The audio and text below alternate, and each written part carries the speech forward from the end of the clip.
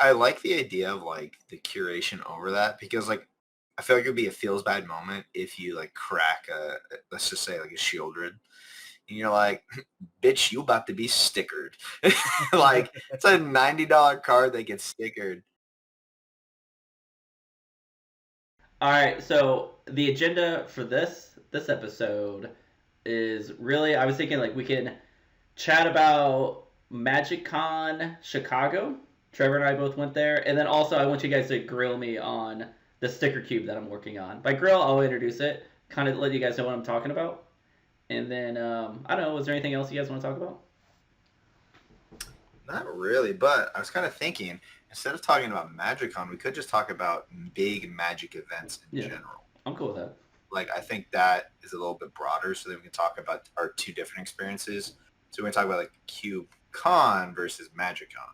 Yeah. I think that'd be a cool thing to Yeah. talk I didn't want to go into details about the Chicago Magic Con. Really, the main thing I thought it was kind of ironic, Trevor, if you noticed this, but like we went there, we set up because we wanted to just cube, and sure we had our one paid event, but when we were cubing most of the time, we were actually outside of the convention hall.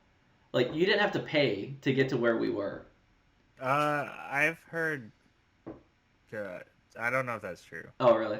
I mean, it Yeah. was like before the guards. They can go in there. Yeah, I think I don't know. Yeah, I mean, it doesn't matter. I just thought like it was like okay, sure, maybe there were some other event handlers that wouldn't allow you to sit at those tables, but it was just kind of ironic. Like I don't know, like what there were like 3 or 4 8-person pods of people drafting in that area, and then like we're all there just to cube and not necessarily be part of the convention. Yeah.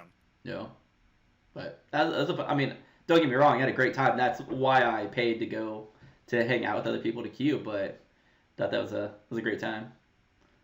So that kind of leads into your question, Ryan, like big Magic events and conventions, right? Like, if as cubers going there, right? Like, about. Hmm. how do we?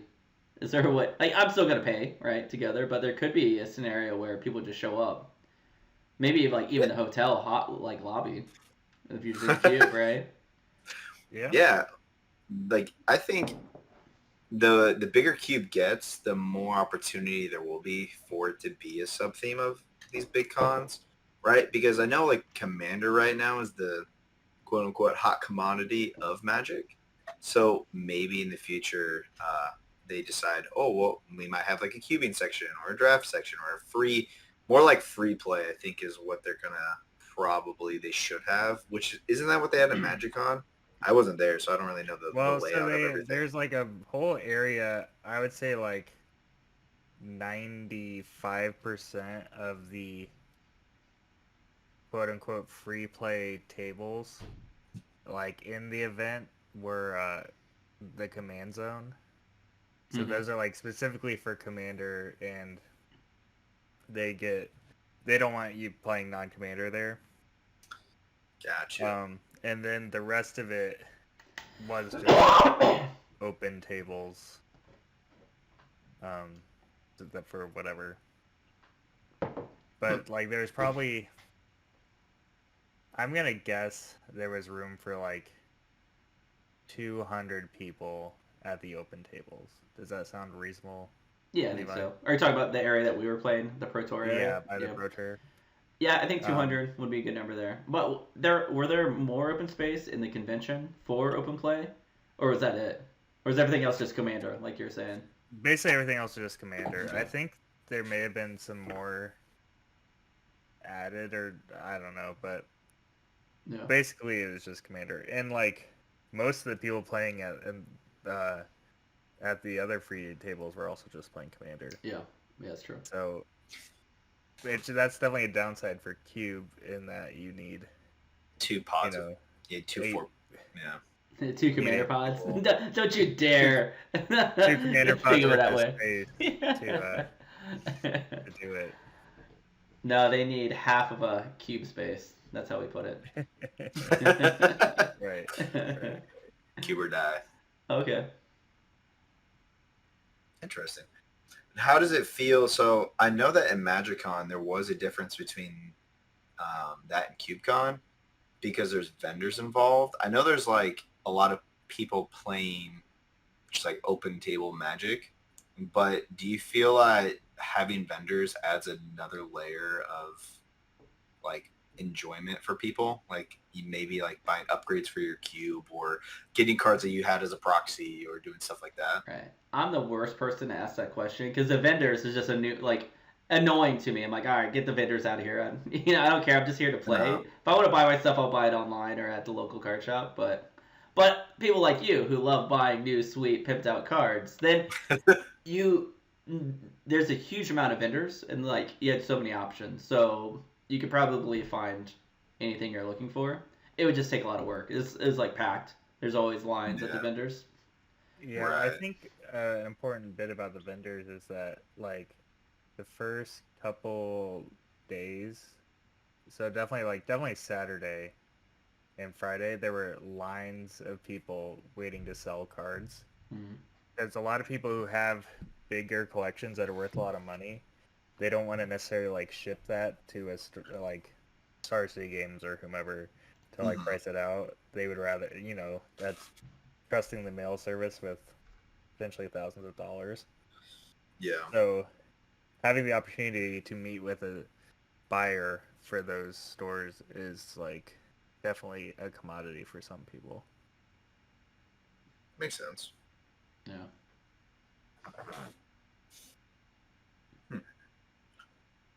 So basically, it's like for cubers, it might not necessarily be as beneficial as if it were be. So like basically for CubeCon last year, Levi and I can talk on this one, is that there's just no vendors, right? It's just you go in, you do your cubing, people bring their own cubes. You don't really have to worry about the retail side of it, which I like. It's nice because it's not as crowded and you don't have to really worry about like random lines going somewhere. Yeah, But I that's a also good point. feel like The difference from CubeCon and then okay, the size is completely different. So the magnitude of the size is kind of hard to compare. But you're right, like CubeCon is all about just gaming, just cubing, right? The play. Like you don't go there to try to buy cards or sell cards, you just want to play. Whereas the Magic Con was definitely like the presence of the vendors was huge. yeah. Huh.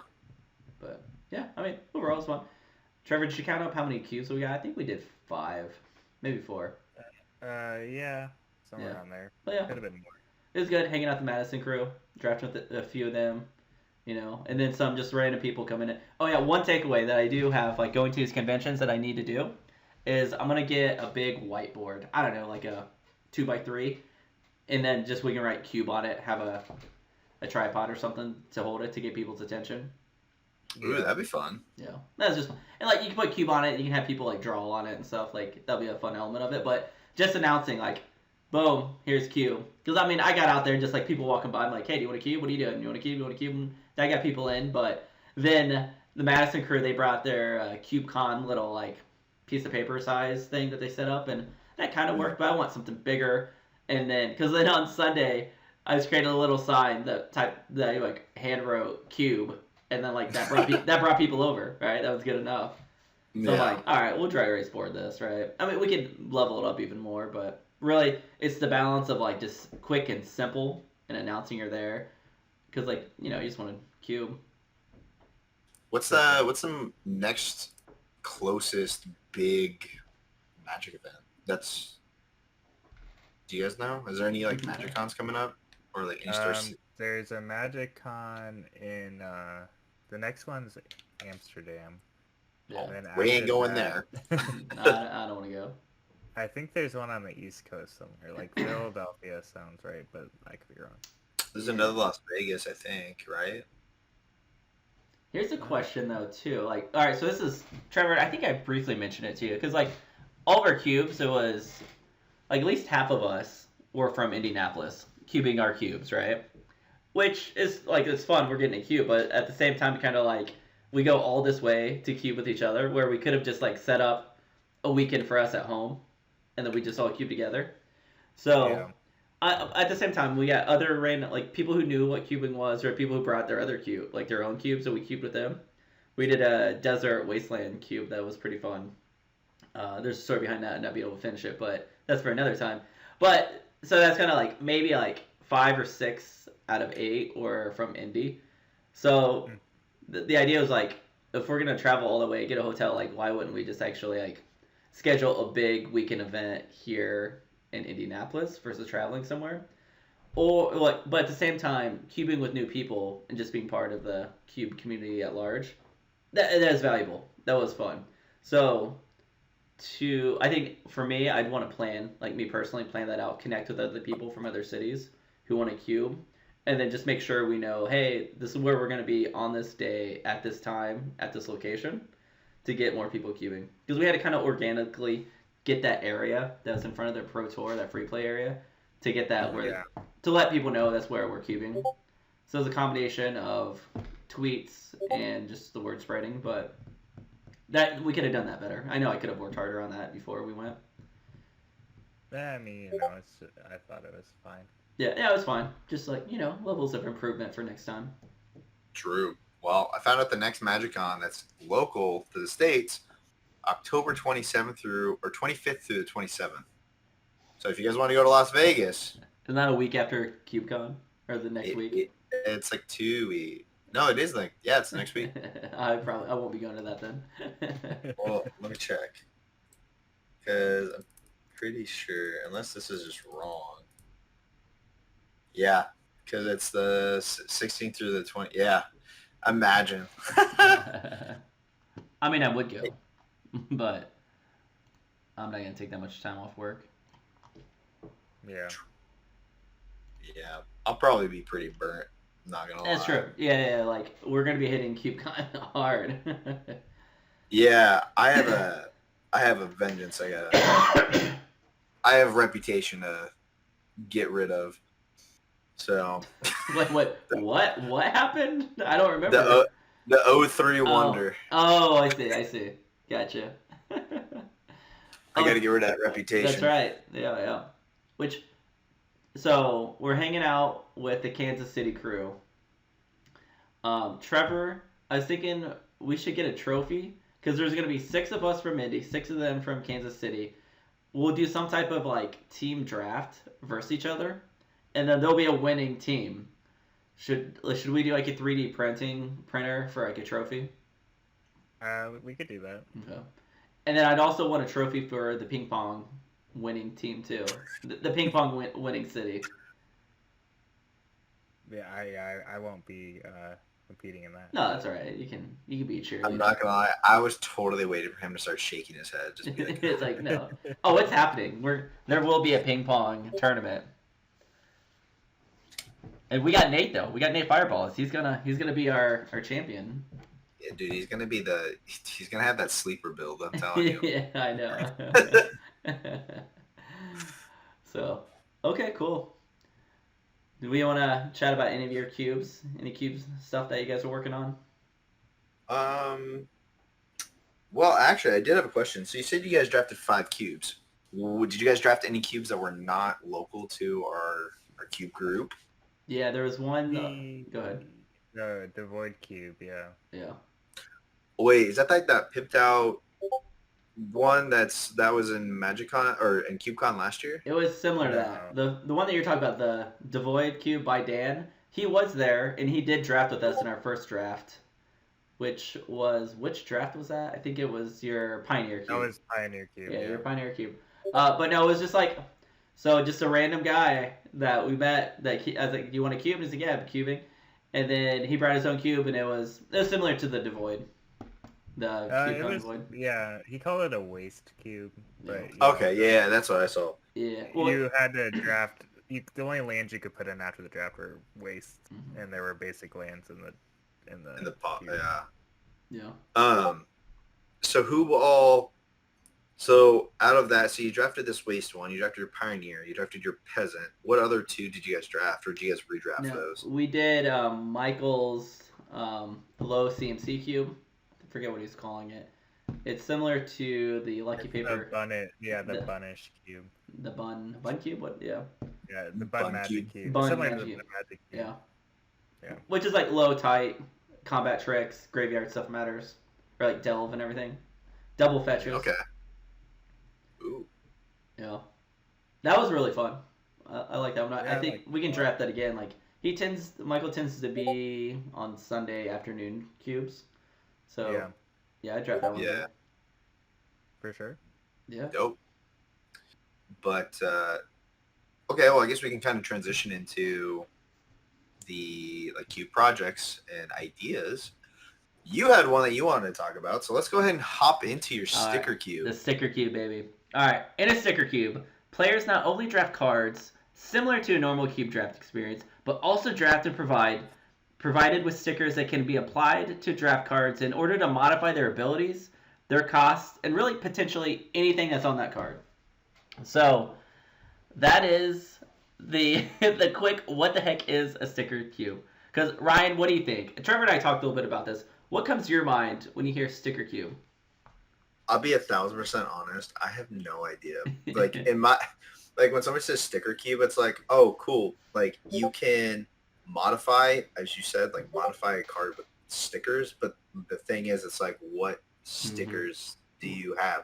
Like, are they word changes? Are they ability changes? Are there like you add a thing to the art and it magically gives it an attribute. Like if you give it like a sword, then it's like first strike, or you give it a thing wings and now it's flying. That's like, a fun idea, actually. Yeah. Right. That's what I think of when it comes to like sticker cube. It's Yeah. like, okay, you have your original art and you modify it in some way, or like you change a name, or you change like the stats, or you change like keywords, or you give it a keyword.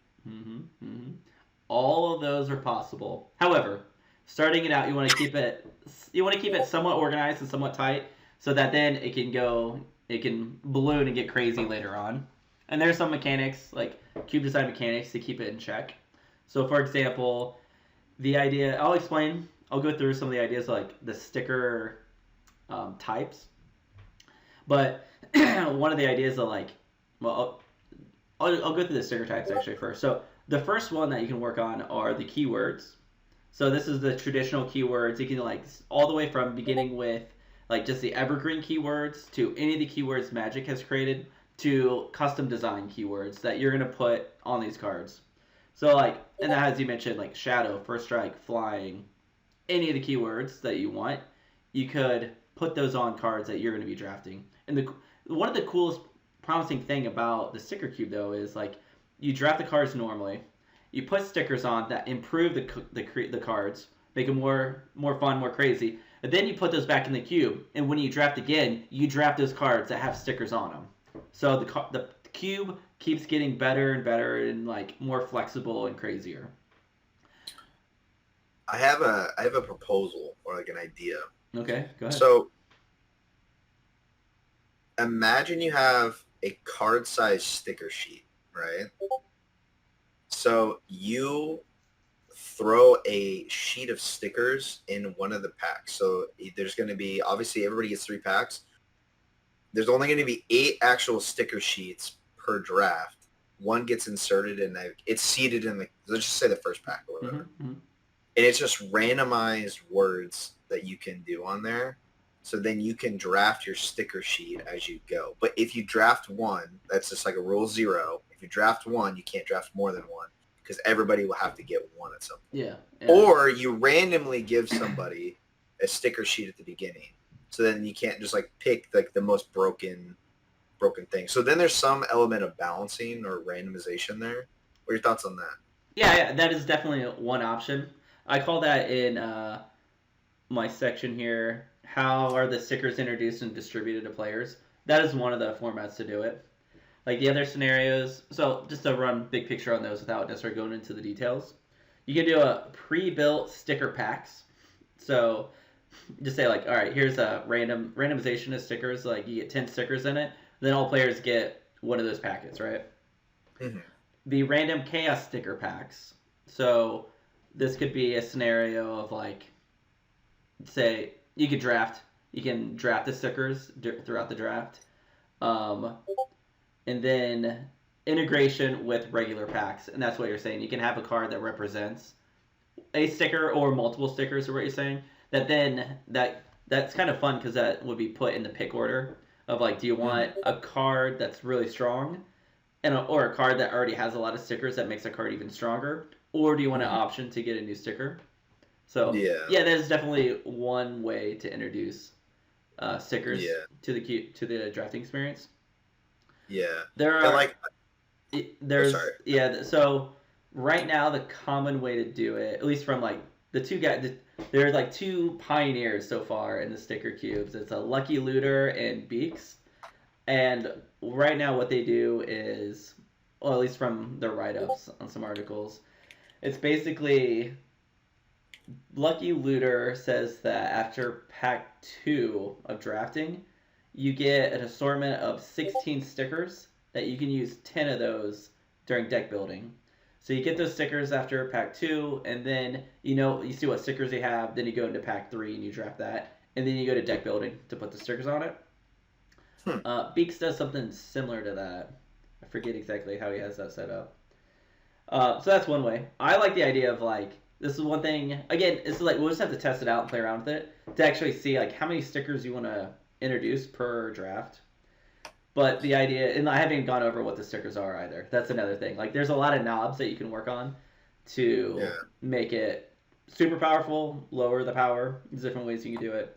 But I like this idea of having a sticker card that represents a sticker, and then like you draft your first pack normally, and then you get like a pack of 5. I'll have to work on the numbers here.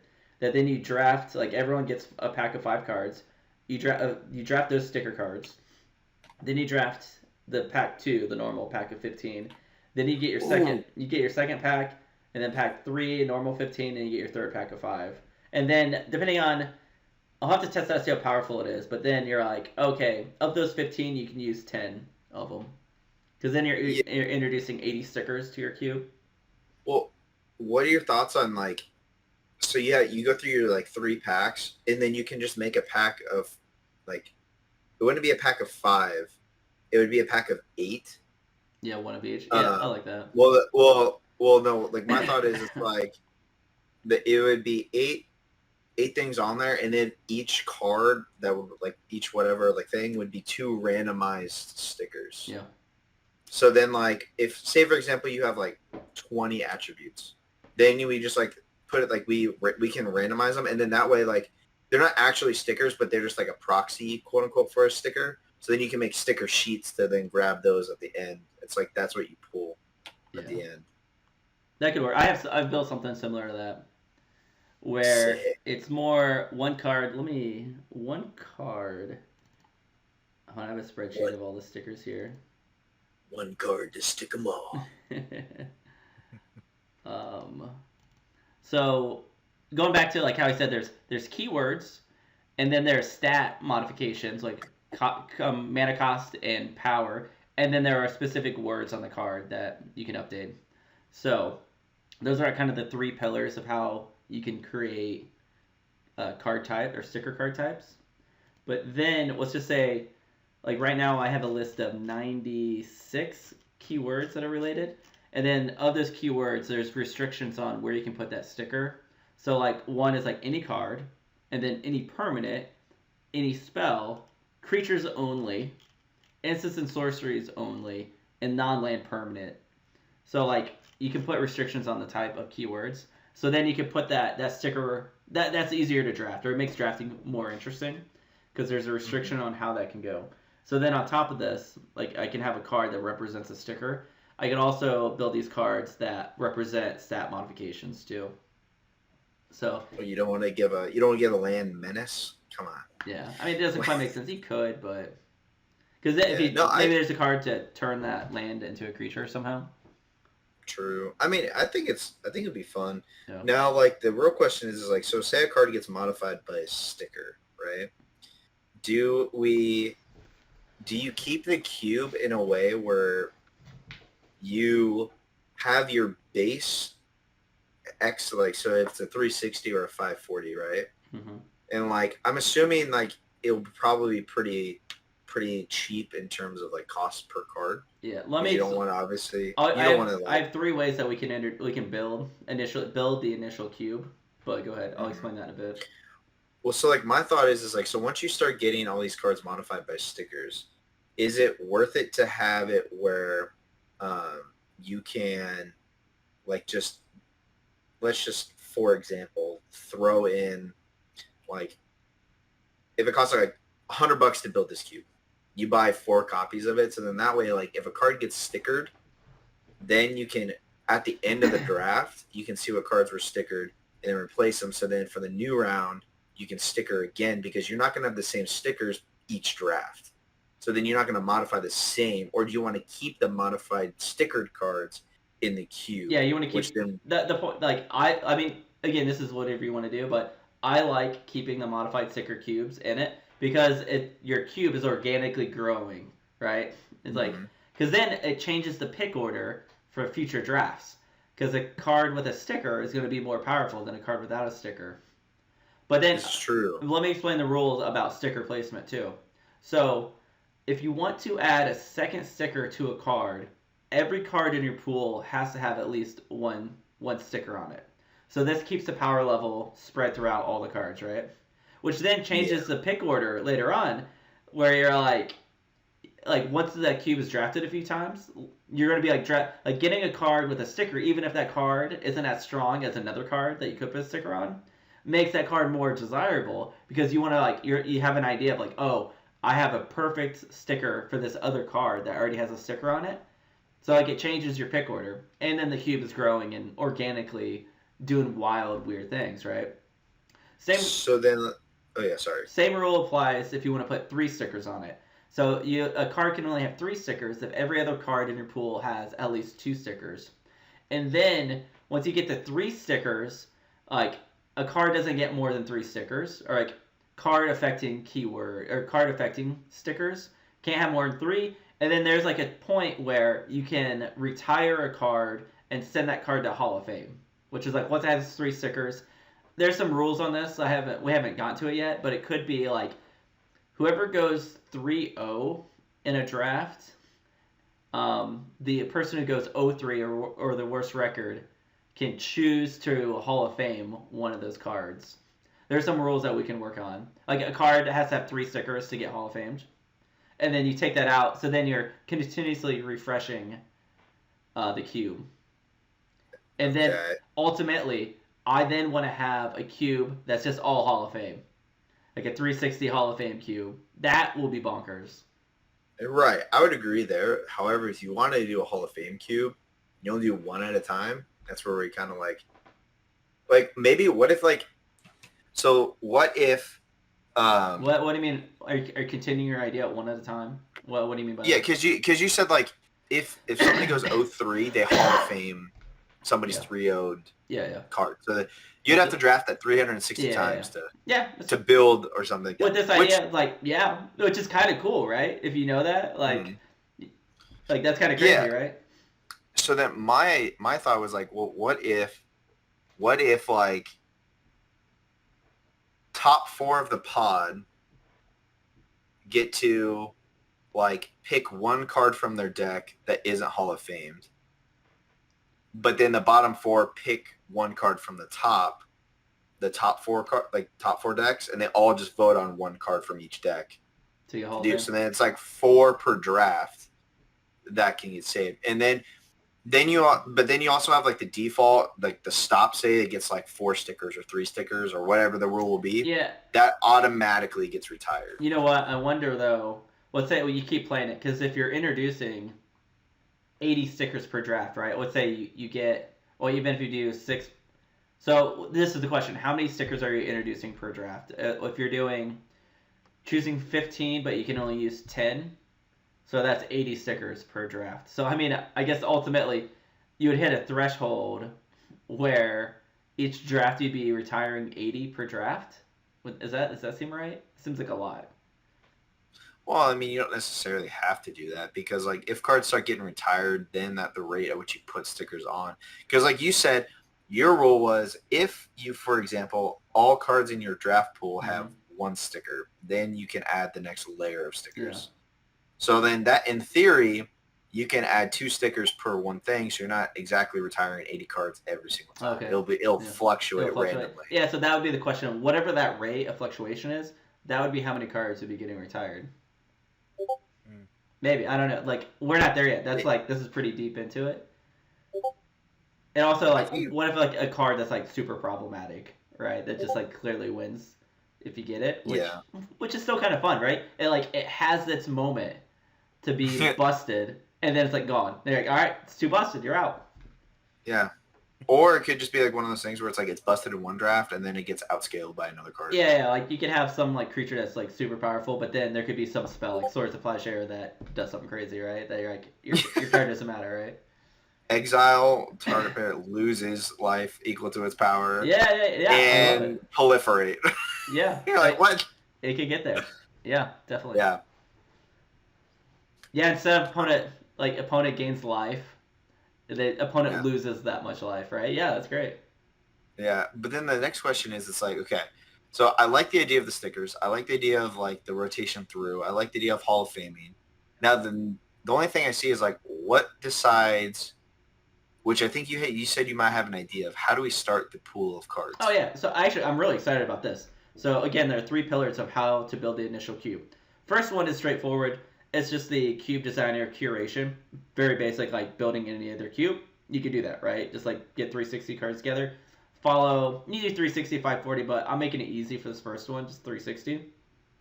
So you can just do that, right? And just follow the normal cube protocol, whatever restrictions you want, whatever archetypes you want, whatever specific card selection you want. That's fine. Because I mean, you can do that too, because like there's some unique stuff that's different for a sticker cube, because like a lot of like modal decisions can be altered. Some like unique like negative side of cards can be altered to actually be good, and then vice versa, right? And then so that's one way, just a normal curation. A second way, which I'm leaning towards this one, I think I've got a bunch of packs from drafting. Just a sick humble brag there though. But like over the years, I have all these packs that I just don't open because I'm like, I'll draft them someday. So why don't we just do a chaos draft, right? So just a normal chaos draft and then introduce stickers into it. Like I'm leaning towards that one to get this initial one going. So that's the second option. And the third option is the player designed pack contribution, which I think I mentioned this the other day, where each player comes with 3 packs, and then we'll get the packs, we randomize them, redistribute them, and then draft it. And then that's the starting pool. And there's some restrictions on like, well, what do you want that pack to be?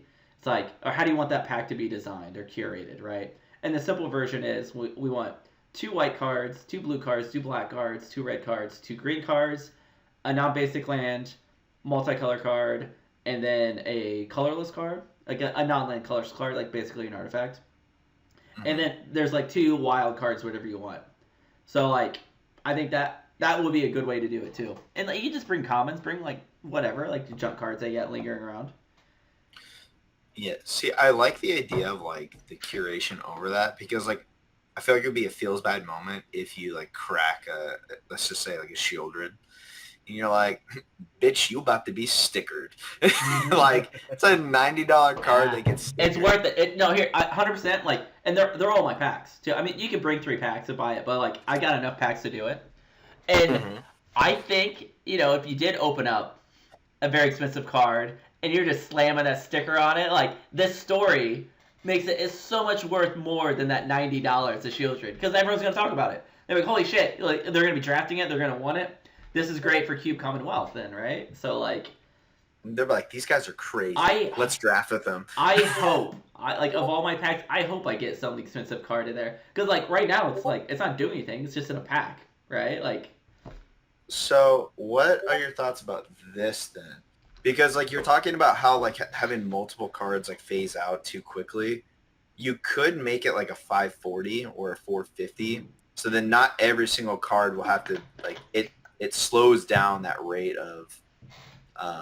Yeah, I mean we'll iterate on it. Yeah, definitely. Because like if we get the 360 and we're like, oh my gosh, like 10, 20 too many cards stickers are getting Hall of Famed, and they're like, well, we'll just keep them in, and we'll grow to a 540 or a 1080. Yeah. 1080 sticker keep, maybe. Like, why not get wild with it, right?